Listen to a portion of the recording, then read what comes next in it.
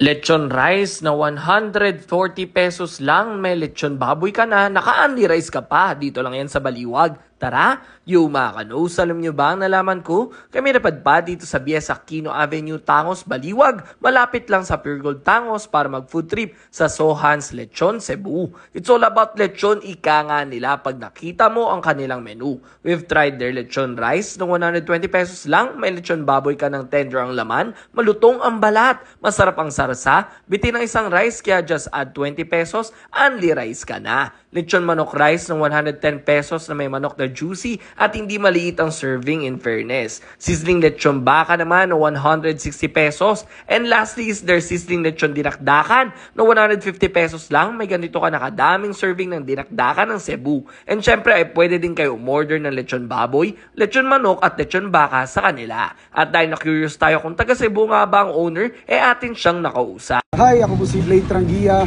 San Cebuano. Napadpad ako rito sa Baliwag, Bulacan dahil nakapangasawa tayo ng Bulacania. And dinala namin yung negosyong Sohan's Lechon Cebu dito sa Baliwag. Ito yung sinimulan namin negosyo dito sa Baliwag.